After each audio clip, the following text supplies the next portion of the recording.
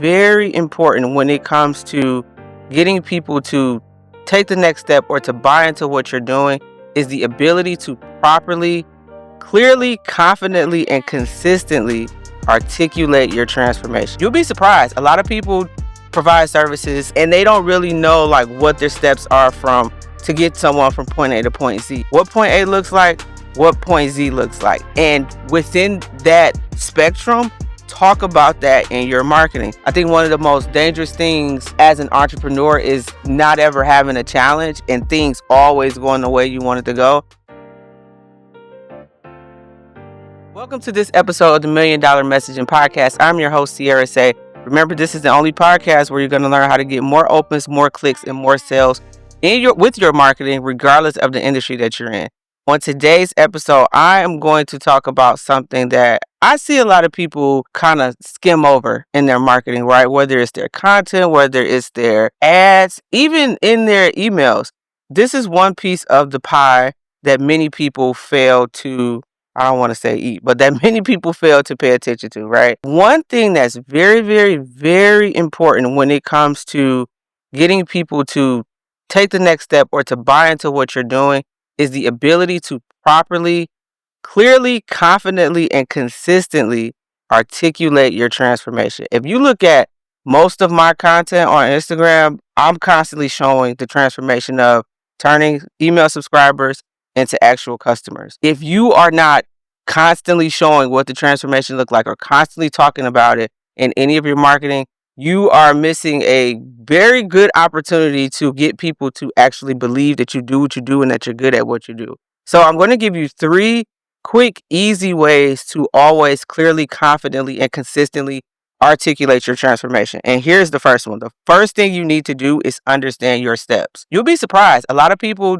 provide services and they don't really know like what their steps are to get someone from point A to point Z. It's not a terrible thing, but to be that unorganized, I think that's why a lot of people aren't talking about the transformation more, is because sometimes it just happens haphazardly. They're not doing the same thing or similar things with each client. Most fitness people, they have a framework that they use. They know what clients are going to be doing the first 30 days, the first 45 days, 60 days, and 90 days. They look at the data and they come back to the drawing board if something is off. You should know what point A looks like, what point Z looks like. And within that spectrum, talk about that in your marketing. So once again, it goes back to episode, I think it was 3 or 4, speaking about the promised land, the ideal reality. It's okay to talk about their ideal reality, but you also have to show them what it looks like to get to point Z, which is your transformation, right? See how those things kind of match? In season 1, everything is kind of linking all together. And if you haven't listened to the other episodes, go back and listen to them because they all are layered upon each other, right? Don't forget to talk about the contingencies within your transformation. What does that mean?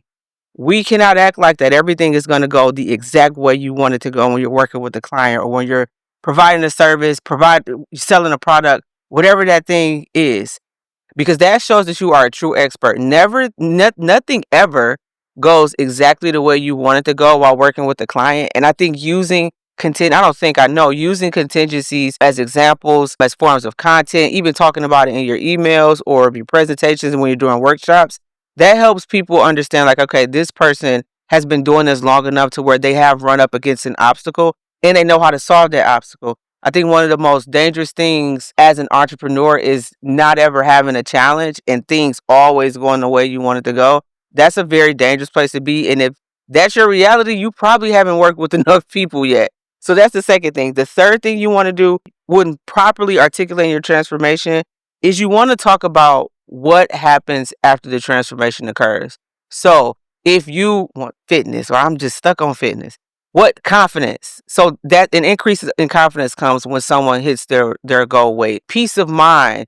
If you are, in the mental health space or the wellness space, helping people get a peace of mind. These are things that people want to hear about and that you should be talking about in your marketing. Now, it does go hand in hand with the promised land and the ideal transformation. Hopefully you picking up what I'm putting down. If you listen to the other episodes, if you haven't, you need to. But talking about what people get after they experience their transformation helps them to see themselves as the person or see themselves in the place that they actually want to be.